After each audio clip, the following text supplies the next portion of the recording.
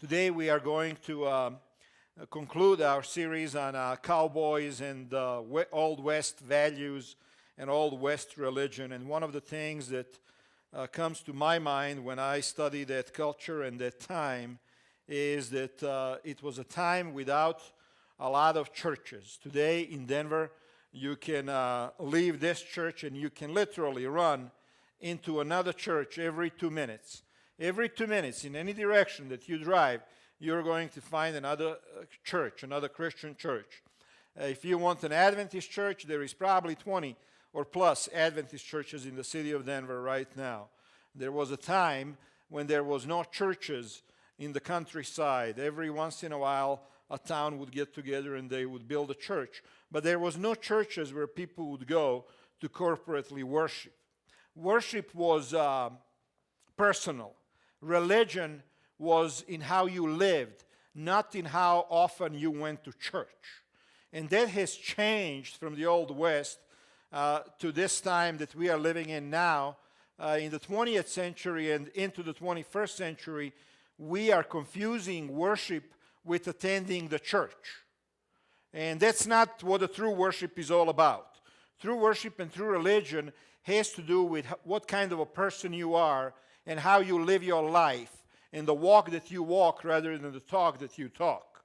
So coming to church is not true worship. Coming to church is only a part of true worship. True worship is something else. In the Old West, true worship and true religion was demonstrated in how you treated your neighbor. If somebody's barn burned down, everybody would get together and build a new one. Even the person that didn't get along with the person whose barn burned down, even they would show up because they knew that it was time to help their neighbor who was in need. And today we live in a world where we are largely disassociated from one another, and we do not get into one another's life. We do not get into one another's problem. If your barn burns down, so to speak, who's to know? Nobody knows. We don't even know who our neighbors are. We live in a society where you can live in an apartment building that has 100 plus apartments and people don't know who their next door neighbor is. And it was different in the Old West because people depended on each other for help. They depended on each other for support. The story that I want to mention to you, in 1952, in Chicago at a railroad station, there was a bunch of reporters and a bunch of city officials from the Chicago mayor's office, and they were waiting for this famous person to come on the train through Chicago. And this person was a 1952 Nobel Peace Prize winner. And when he stepped off of the train, it was a large man, 6'4", big beard, and he stepped off of that train. And all the reporters, they rushed over to him. And all the city officials, they came over and they started shaking his hand. And they were welcoming him to their city, to the city of Chicago. And he stood there for a moment, this man did, and then he walked over just a few yards over to an elderly African-American woman who was struggling with her suitcases to put them on a train. And he grabbed her suitcases, he put them on the train, he took care of her, and then he wished her to have a good trip.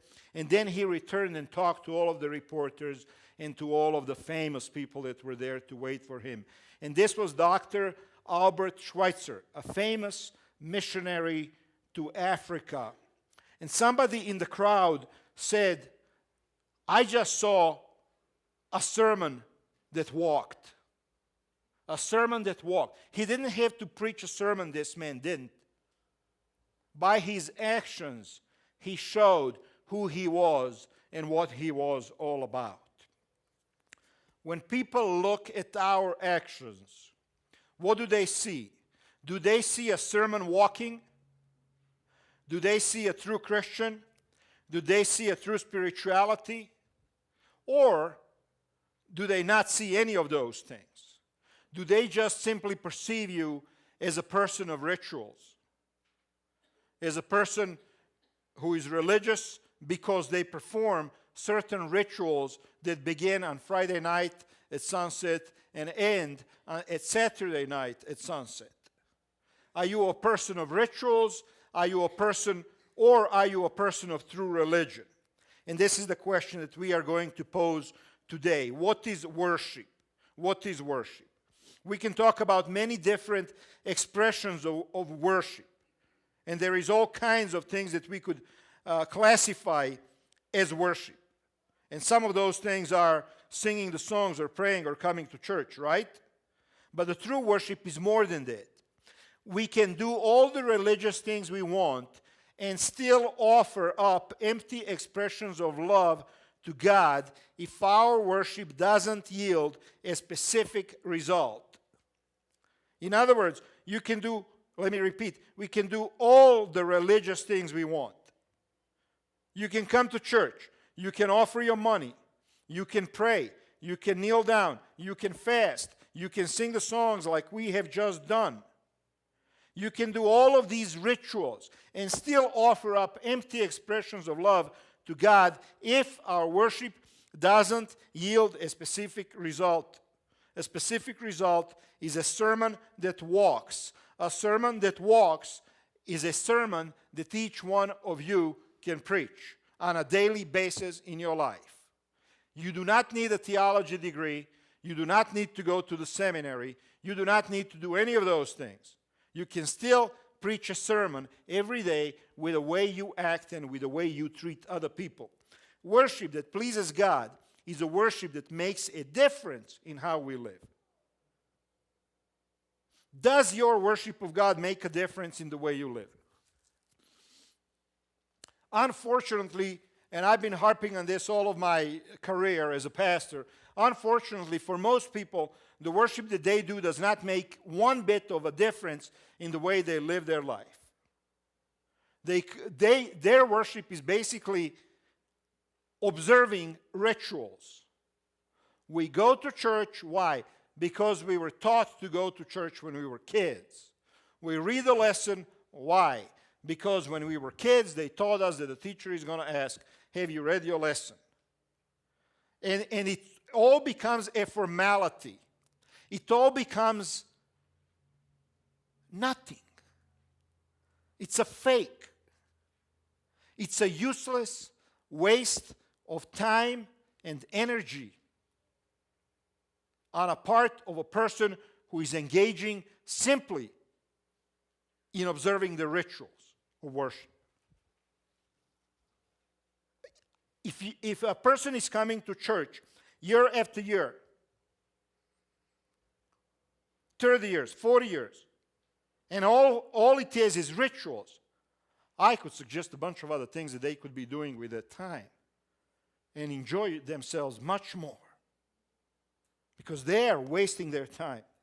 Forms of worship that we have is singing the songs, taking the communion, listening to the sermon, praying, fasting.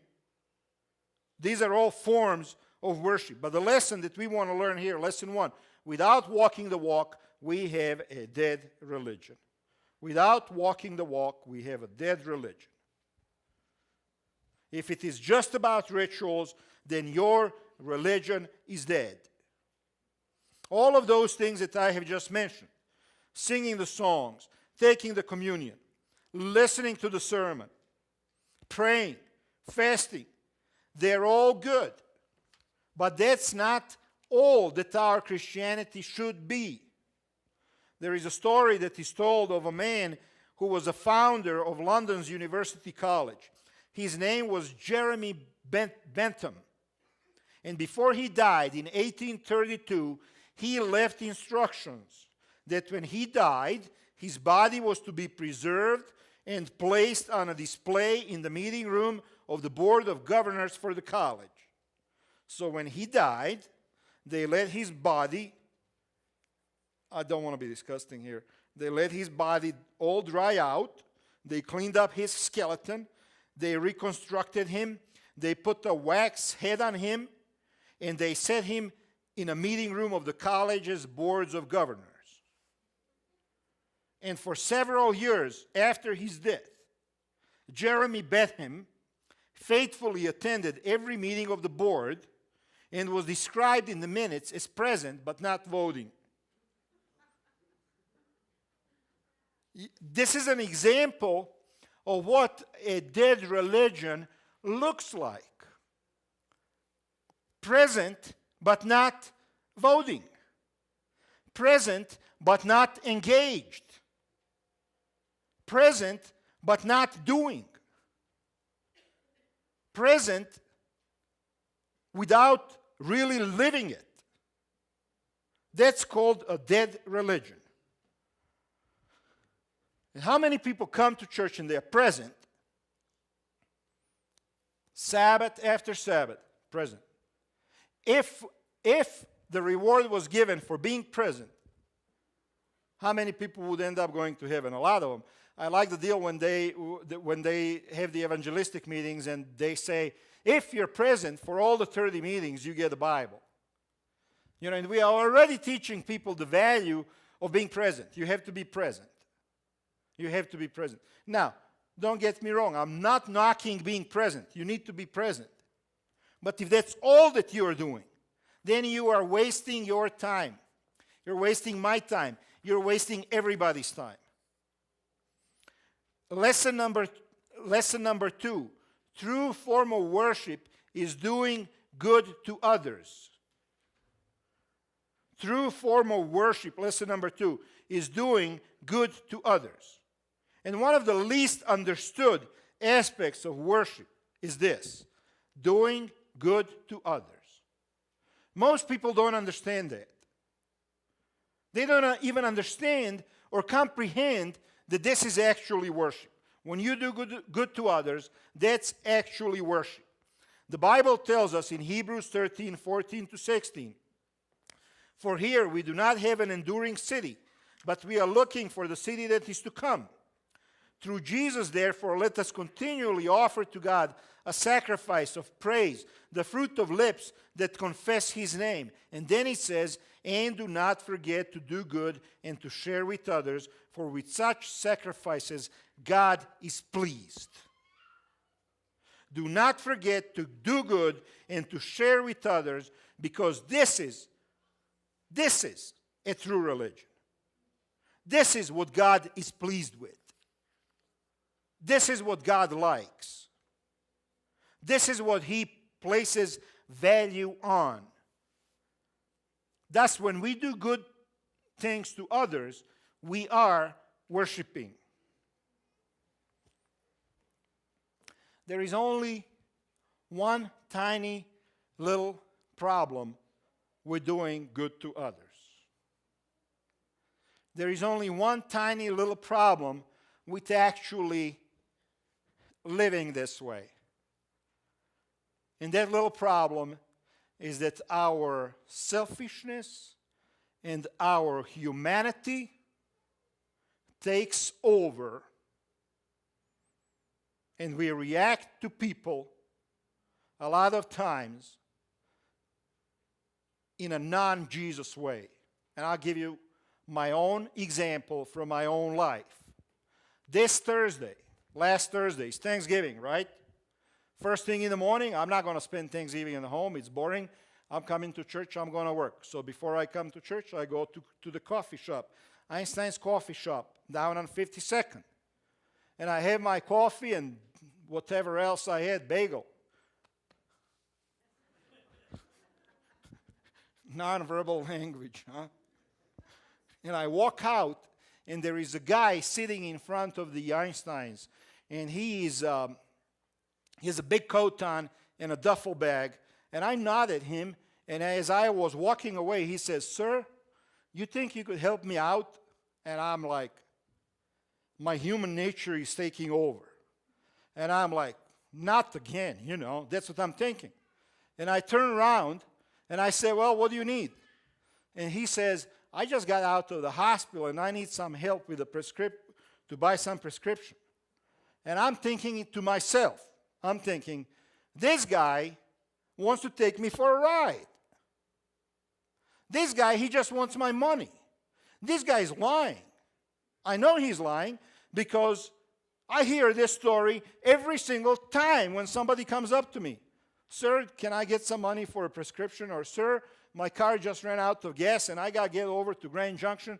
And when I get over there, I'm going to have the pastor call you and they'll mail you the money.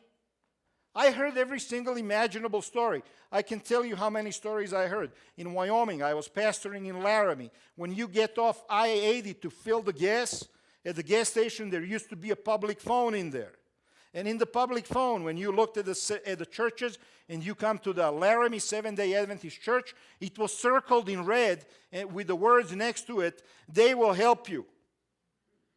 And everybody that needed help and didn't need help, they would stop, and this is how these folks communicate with each other. And I would get every imaginable story that you can ever get, and a lot of them were just tricks to get you to give them money. So I turned to this guy and I say, "You know what? I hear stories like this every day. Come up with something original." And I walk around and I walk away to my car. That's human nature, isn't it? I'm not going to let somebody take me for a ride. And when we allow the human nature to take over, then we don't treat people like Jesus would treat them. And that's the problem with what I'm telling you. I'm telling you that we need to live like Jesus, and we need to help others, and we need to be good, do good deeds to other people. But then I turn around and I tell you, it can't be done. Because as a human being, your human nature rebels against that idea. I don't want that guy to rip me off.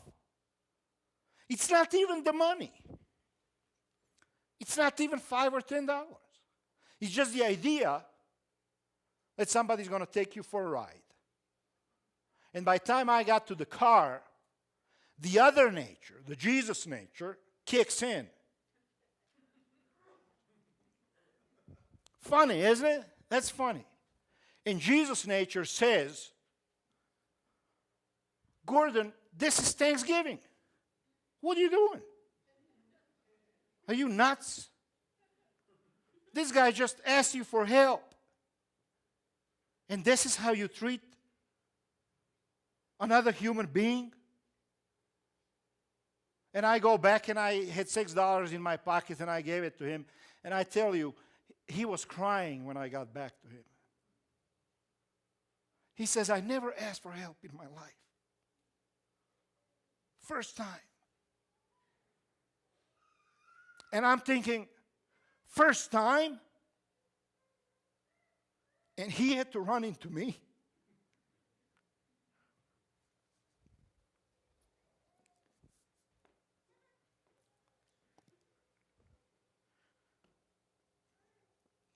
First time, and the person has to run into me when I'm at my worst?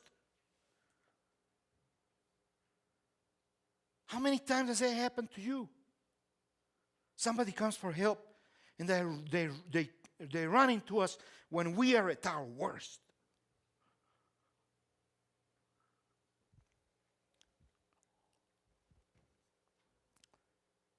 Now that I, your Lord and teacher, have washed your feet, have taken your dirty, filthy sins on my shoulders, your lies, your thievery, your adulteries, your insanities, when I have taken the worst that you have to offer, absolutely the worst that you have to offer, when you were at your worst, I have washed your feet. I've forgiven you, taken away your sins from you. I made you clean again. You also should wash one another's feet. I have set you an example that you should do as I have done for you. That's what Jesus says.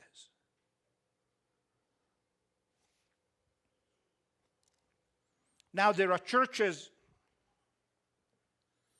that still read this and don't get it. There are some that do. There is a church in Santa Fe, New Mexico, that has a sign, one and only one door they have to the whole church. And when you walk in that church, there is a sign on the door, and it says, Servants Entrance. Servants Entrance. And every single time you walk into that church, you're walking through the servants' entrance.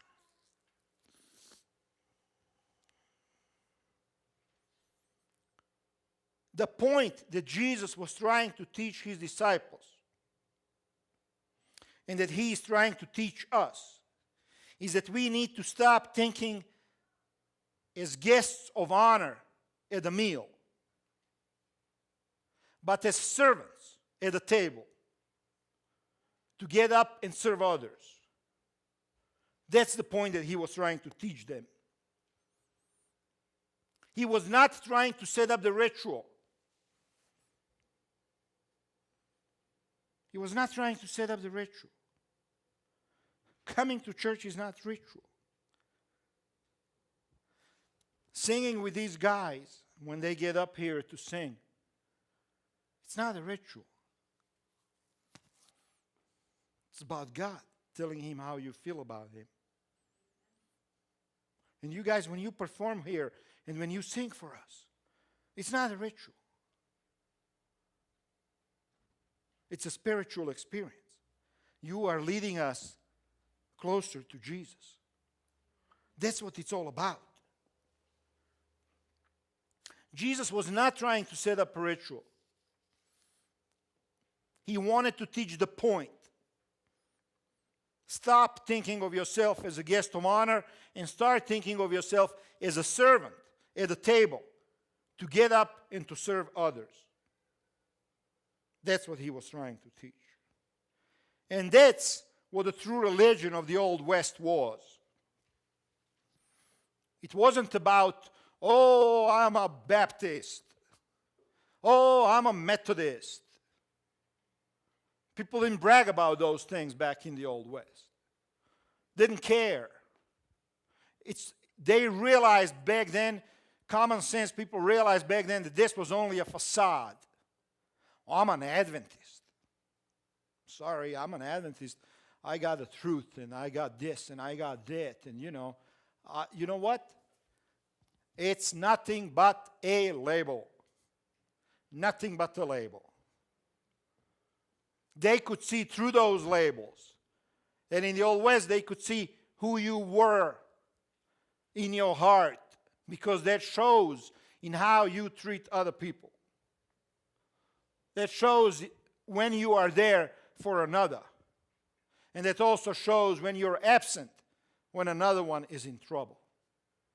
That's what the true religion was in the Old West, and I think we ought to learn from that and actually adopt it into our lifestyle in the New West, in the modern West.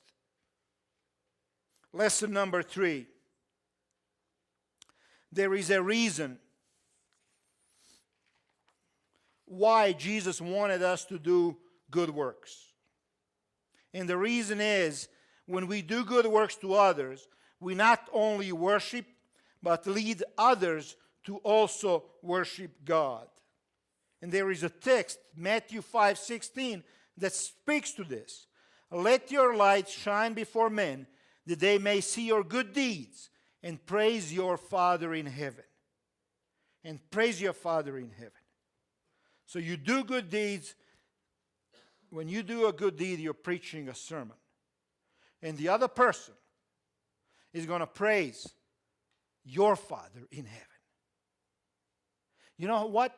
They're going to praise him much more than if you gave them an eloquent exposition of John 3:16. They're going to praise him much more if you do something good for them. When we do good works to others, we not only worship, but lead others to also worship God. I want to close by reading a story. Then I'll let you go home and think about all of this. This one also is, you may want to look for tissues. It's one of those stories. I read it a couple of times and it always brings tears to my eyes. Doug Nichols, Bothell, Washington, wrote, while serving with Operation Mobilization in India in 1967, tuberculosis forced me into a sanitarium for several months. I did not yet speak the language, but I tried to give Christian literature written in their language to the patients, to the doctors, and nurses. Everyone politely refused. I sensed many were not happy about the rich American. To them, all Americans are rich, being in a free government-run sanitarium. They didn't know I was just as broke as they were. The first few nights, I woke around 2 a.m. coughing. One more morning during my coughing spell, I noticed one of the older and sicker patients across the aisle trying to get out of bed. He would sit up on the edge of the bed and try to stand, but he, in weakness, would fall back into bed. I didn't understand what he was trying to do. He finally fell back into bed exhausted. I heard him crying softly. The next morning, I realized what the man had been trying to do. He had been trying to get up and walk to the bathroom. The stench in our ward was awful. Other patients yelled insults at the man. Angry nurses moved him roughly from side to side as they cleaned up the mess. One nurse even slapped him. The old man curled up into a ball and wept. The next night, I again woke up coughing. I noticed the man across the aisle sit up and again try to stand. Like the night before, he fell back whimpering. I don't like bad smells, and I didn't want to become involved.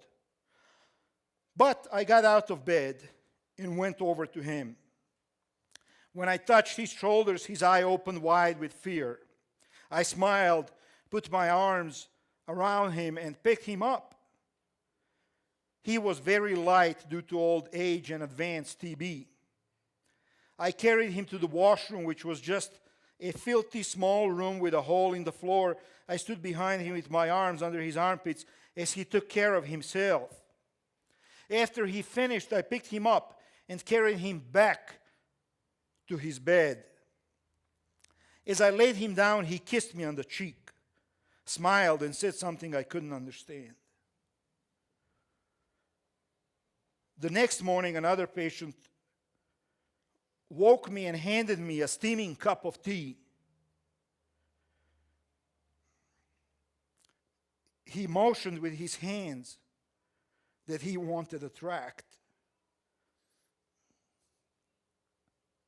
As the sun rose, other patients approached and indicated they also wanted the booklets I had tried to distribute before.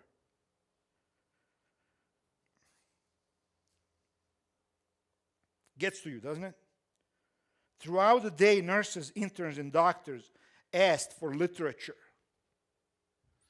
Weeks later, an evangelist who spoke the language visited me, and as he talked to others, he discovered that several had learned about the love of Christ, of his offer of salvation as a result of reading the literature.